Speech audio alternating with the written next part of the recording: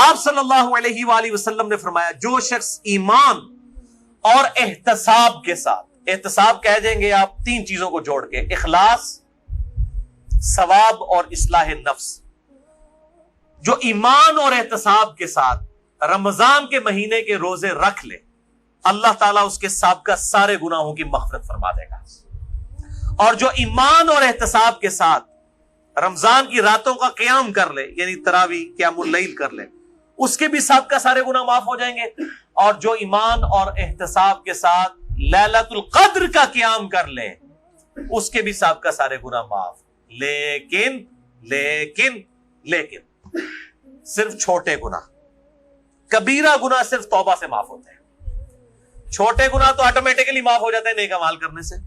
اس کے ثبوت میں وہ حدیث ہے صحیح مسلم کی جو مشکات میں ہے 564، آپ صلی اللہ علیہ وآلہ وسلم نے فرمایا اگر کبیرہ گناہوں سے بچا جائے تو 5 نمازیں، ایک نماز سے دوسری نماز تک، ایک جمعے سے دوسرا جمعہ اور ایک رمضان سے دوسرا رمضان، درمیان کے تمام گناہوں کا کفارہ بن جائیں گے اگر کبیرہ سے بچا جائے۔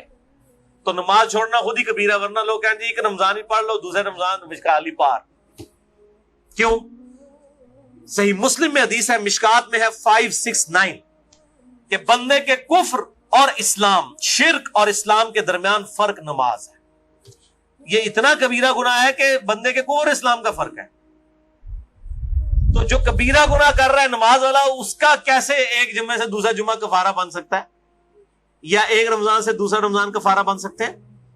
دوسری حدیث بھی بخاری اور مسلم سے ہے، مشکات میں 2083، آپ صلی اللہ علیہ وآلہ وسلم نے فرمایا شب قدر کو رمضان کے آخری عشرے کی تاک راتوں میں تلاش کرو، 21ویں، 23ویں، 25ویں، 27ویں اور 29ویں۔ تیسری حدیث بھی بخاری اور مسلم سے ہے اور مشکات میں اس کا نمبر ہے 2086، آپ صلی اللہ علیہ وسلم نے رمضان کا پہلا عشرہ اعتکاف کیا، پھر دوسرا عشرہ بھی اعتکاف کیا، پھر سر مبارک خیمے سے باہر نکالا اور کہا کہ میں نے پہلا عشرہ اعتکاف کیا تھا شب قدر کی تلاش میں، لیکن مجھے نہیں ملی، دوسرے میں بھی نہیں ملی۔ پھر ایک فرشتے نے آ کے مجھے خبر دی کہ اس کو آپ آخری عشرے میں تلاش کریں، اگر تم میں سے کوئی اعتکاف میرے ساتھ کرنا چاہتا ہے تو کر لے۔ اور پھر آپ صلی اللہ علیہ وآلہ وسلم نے فرمایا مجھے خواب میں وہ رات دکھا دی گئی، اور اس میں مجھے رات میں وہ خواب میں دکھائی گئی لیکن پھر مجھے بھلا دی گئی۔ سنقرئک فلا تنسى الا ما شاء اللہ، اے نبی ہم تمہیں پڑھائیں گے، تم کبھی نہیں بھولو گے مگر جب اللہ چاہے گا۔ بھلا دی گئی، اور اس کیوں بھلائی گئی وہ آگے بخاری کی حدیث بھی آ جائے گی۔ پھر بھلا دی گئی۔ بہرحال مجھے ایک بات یاد ہے کہ اس رات صبح کے وقت جب میں فجر کی نماز پڑھ رہا ہوں گا تو میرے ماتھے پر کیچڑ کا نشان ہوگا، یہ آپ کو خواب میں دکھایا گیا۔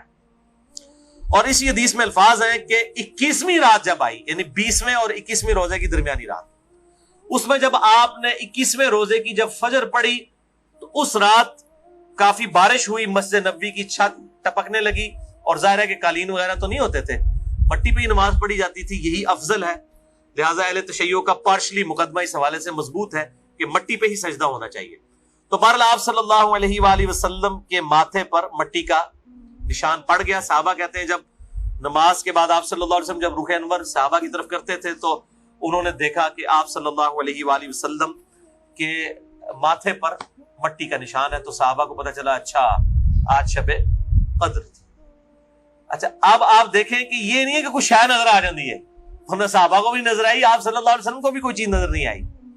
اور یہاں اتنا مشہور کیا کہتا ہے جی سمندر کا پانی میٹھا ہو جاتا ہے، بھائی کوڑ مارنے چھڑ دو، ہوں ماڈرن دور جے کسی گورے نے سن لی نا گل، اور جناب بہ جائے گا رمضان دا پورا مہینے روزانہ دا ایک ٹیسٹ لے گا اور کہے گا دسو کس داڑے جناب شاید نالوں میٹھا ہوتا ہے سمندر دا پانی۔ جس سارے درخت سجدے میں گر پڑتے ہیں، بھائی ہم سی سی ٹی وی کیمرے لگا لیتے ہیں، پتہ لگ جائے گا کس وقت گرتے ہیں۔